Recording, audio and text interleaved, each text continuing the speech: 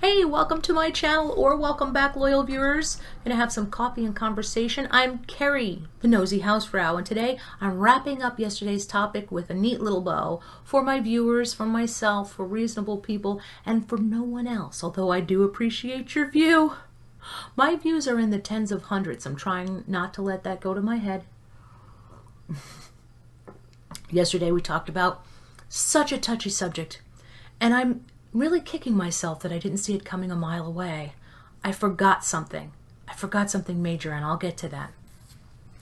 But I was looking at comments, and you know I never get hate because I have a heart of gold, heart of gold. But I was looking at the comments on Twitter and some of the comments to me. I believe in hearing people out.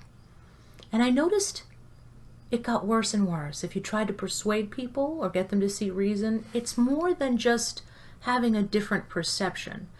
I had people telling me that I was trying to tell people of color how to feel about racism. Really? You're gonna play that card?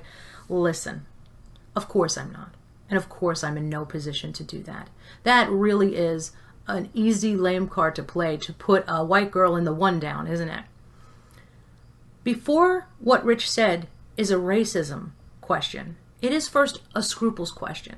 So I urge people to remove racism from the equation for a moment and ask yourself this question. Can a person say something they don't mean accidentally? Can they use poor wording? Especially someone who vlogs every day. Is that possible? That is a question for anyone. That's a scruples question. So it is that first. Now, if it has been determined, if it is ubiquitously understood that somebody said something definitively racist, then absolutely, I can't tell you how to feel or whether or not to accept that apology. But I feel it's a very divisive situation that is that way for a reason. We are at an impasse when we begin. I'm very glad that larger channels, friends with Rich Lux, are saying, look, we told him it was a dumb thing to say. I'm not going to make a video about it. The reason I'm glad for that is it's completely futile, because it comes back to never explain. Your friends don't need you to, and your enemies won't believe you anyway. If you are trying to persuade people who are fanatical in their beliefs, it's never going to happen. I'll give you empirical evidence of that. If you are a large channel and you broach this subject, you are pointlessly putting your head in a lion's mouth. It will accomplish nothing. Because the people who believe you already knew this anyway. They accepted Rich's apology. Rich spoke on it. So his friends, don't really have this need to get investigative. Ally said, I'm not going to stab my friend in the back. You know what I mean? There's no reason for them to do that, and people shouldn't expect them to. But people are pushing for that because that's part of the same narrative that's not necessarily about racism as much as it is about not liking the Jeffree Star camp. So now we have the problem of separating people who are just so fanatical in their beliefs that they can't hear you or see anything but the demons that they see that don't exist. And then you have people who are just trolling, and then you have people who are just trying to stir the pot. And then there's people who maybe are from another camp and, want to take down anybody from this other camp. I saw a lot of false dichotomy tweets, like, well, you're misrepresenting the other side. I'm not going to accept that there are just two sides to any discussion. That people need to consider that also it's not like white people are going to like what Rich says and people of color, none of them are going to be on his side. That's a false belief as well. But the thought I had that really gave me comfort and put this whole thing to bed for me was this. There was a study done by Sam Harris that studied the brain and what happens when you say something that potentially threatens a person's core belief.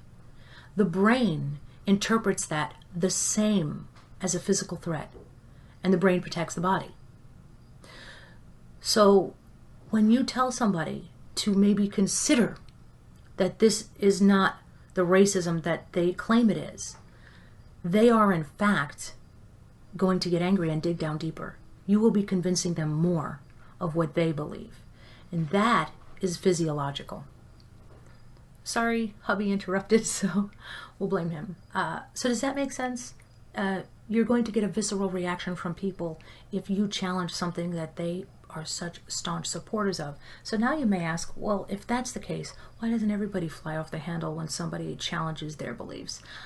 I think it is because people develop a filter. Some of us have a little bit better control over how we react to things that we don't like to hear, things that may frustrate us. There are some of us who don't like what we hear, but we go, okay, I'm not gonna go off on this person. Maybe I'll try to persuade them, maybe I'll just drop it.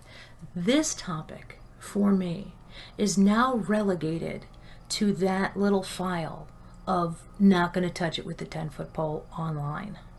Because I saw this with other topics. You've all seen it with politics. This is why people go bonkers. And in fact, the Sam Harris experiment that I will link below was largely, it was about partisan beliefs.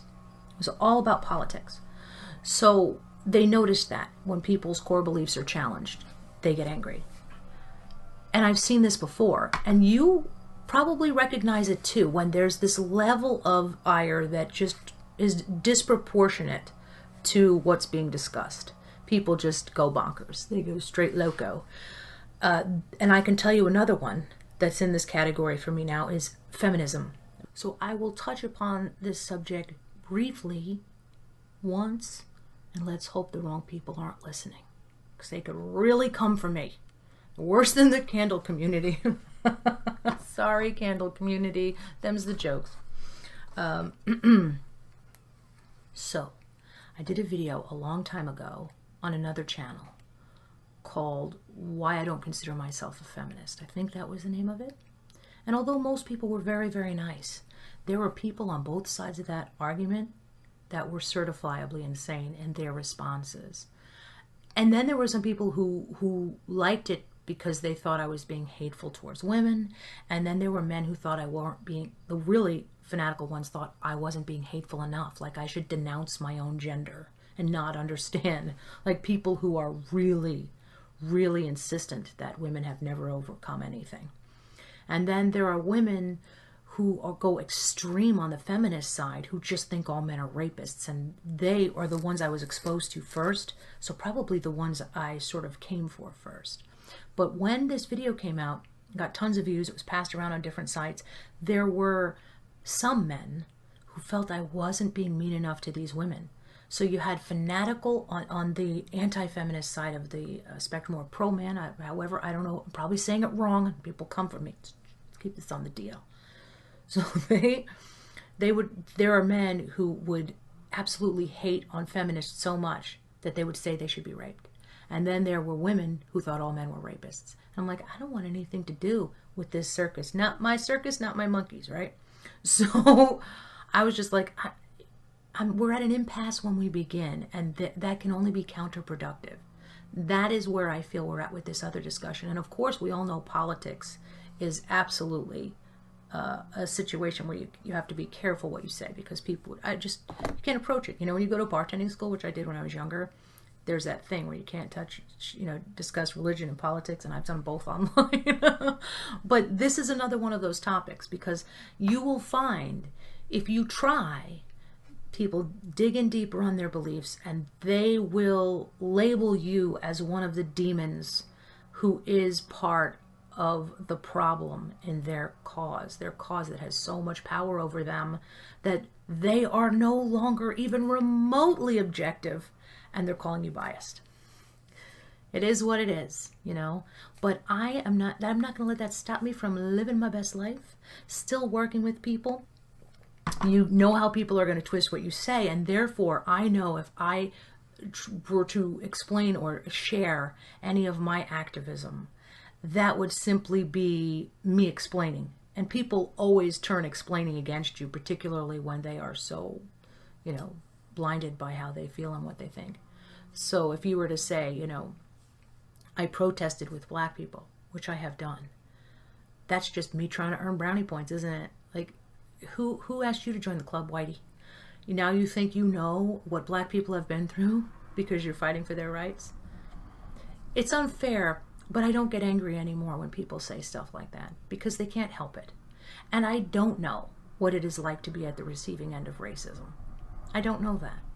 So people who feel so passionate about that, some of them are probably just being gatekeepers. Some of them may have had horrible experiences, and I don't know what they are. So, you know, if anybody is against racism and is doing what they can to end it, I can only be positive about that. But I think that it goes a long way, dare I suggest a solution to ending racism. I think it goes a long way to accepting that you can have white people as allies, not trying to take over your cause, just trying to help and just trying to get people to understand certain things. You might consider that there's a certain power to, if I'm standing with a group of white people, and this actually happened, these women were saying, well, all lives matter. It was powerful coming from a white person to say, listen, they're not talking about you and me. When people say Black Lives Matter, they are saying all lives matter. You've never been treated like your life didn't matter. So it's not an affront to you personally. They're not accusing you personally. They're saying, could you stop killing us? When people say Black Lives Matter, they have to say that. That phrase was born of being treated like their lives were less important. Okay? I know if I'm outside talking on my cell phone and I'm walking down the street, I will never have to worry that a police officer thinks that's a gun in my hand. And we've had people killed in the last year for being black, and we know that that's true. And I'm not saying all cops are bad, by the way. Please know I have friends who are on the police force, and some people are wonderful. We're hearing about the bad ones because we should. And we need reform with all of that. So I didn't mean to get into all of that. My point is, if you say that when somebody already dislikes you or resents you or sees you as being racist, nothing, it's like anything else. If somebody doesn't like you, nothing you say will sound right. Everything you say will get twisted. It just simply will. So what I have decided about this is that discussion online about certain topics can only be counterproductive, depending on when it comes up and how. I won't say that I'll never speak on these topics ever. If something comes up and it's relevant and I can add something to a discussion in a productive way, I may actually do that. I don't believe in saying, well, we have to all cower to this attempt to silence people lest they be called racist. If you will call me a racist for defending somebody who I don't believe said something racist, if I'm a racist for saying Rich Lux, a Mexican man, is not racist, if you really believe he is, then by all means, you don't have to follow me. I saw Jen Gerard was talking to somebody on Twitter and said, look, I don't want to unfollow you. I don't want to block you. So please stop. She's at a party and she's getting these DMs like, why are you silent? She's like running a company. She's gone for 9 days at a time sometimes. And people want to know why she, not a drama channel, but a CEO of a beauty company, a cosmetics company. Why is she silent? Like, she's supposed to drop everything she's doing and stick her head in the lion's mouth for you people who just are waiting to skewer anybody who dares go, the R word comes out of their mouth as a white person. Like, you're really asking her, demanding content from people, which you have no right to demand. But I noticed that she had said, look, listen, she was way nicer than I would be. I'll block, goodbye. It's your party. If somebody comes to your party and they're acting unruly, you kick them out. I have no problem. I'll block all day long. My block button isn't even close to tired. And the way I see it is it rude or mean to block somebody? No. I have to be captain of my own ship. I like to have a positive, nice experience online. And that involves having bad people away from me. I like to keep nice people around me. I don't see any reason. I mean, if somebody is sending you a slew of antagonizing tweets, for whatever reason, again, this could be about something else entirely. You don't have to read those. You can't know who's a troll anyway, so it all cancels each other out. Somebody who just says something nasty to you or rude to you, why wouldn't you block them? Why do you feel a need to be considerate of someone like that? There's no, huge loss for them if they don't like you anyway. So if they're like, listen, I want to, tell you this, she gave him every opportunity. Get it off your chest. Get the last word in by all means. Say what you want to say. And then you had to go because I need to be over there. I need to go over there now away from you. I want to have positive exchanges. I want to talk to people who we can learn from each other. We can see the best in each other. We can give each other a chance. Anybody else, I don't have time for. None of us do. This all goes by so fast. And we will be ghosts in the archives before you know it. So really all of this matters. How we listen to each other, how we learn from each other, and how we treat other people around us. And you don't really have time to spend time with hateful people. I mean, I can listen to a dissenting view. I don't mind that. There were some dissenting views, but it's really weird to me when there's this long, long diatribe about racism in America and discrimination, as if I couldn't know what that is as a white person, that I don't know that people get discriminated against. Of course I know that. I know racism is alive and well. But, if we can't have this discussion and be nice, if we can't have civil discourse, it's not even about me. And I don't feel any responsibility to make people understand me. I don't feel that it is people's right to not be offended. So, it is what it is. People will feel what they feel. I don't feel my cage is rattled in the slightest. I actually felt perversely grateful to be able to stand in the line of fire for something that I believed in and make my opinion the one that counts most. That the challenge of not letting people rattle your cage, it can be very liberating. It can be very liberating to say, you're entitled to that response, but you're not going to be able to elicit a response from me that you want. That's how the whole community can take their power back from trolls or from people who are just haters of the people you know. You can make a choice to not let people get the reaction out of you that they want to get. You're racist because you said this. That's not going to work. You're not going to play the card that I need to check my white privilege. That's not going to work. I know who I am. I don't know who you are, though. You never know who those people are. Probably a lot of people with one account. They're always, always, always coming from a sock account with a weird picture. Never a person behind it. Never. Nobody ever wants to put their face out there with their beliefs. So I appreciate being given the opportunity to show that courage. You can say anything you want about people, but you can't make it true necessarily. And I hope that made sense to everybody. I hope that wraps it up with a bow and helps everybody understand, if they don't already, a little bit about what happens when we challenge people's core beliefs. Why these topics like politics, racism, feminism, these are things to steer clear of, honestly, because you will not be able to have a real discussion when you're trying to wade through the muck and the mire of baseless accusations. I have better things to do with my time. And thank you very much, everyone, because all of the people who were very hateful, you made me miss James Charles. And I'll probably have to talk about him again soon.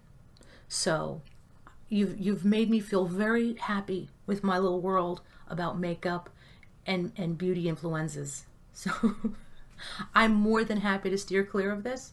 I was very happy to have my say in defense of Rich Lux, which I would have done for anybody. And until next time, Housefrau out.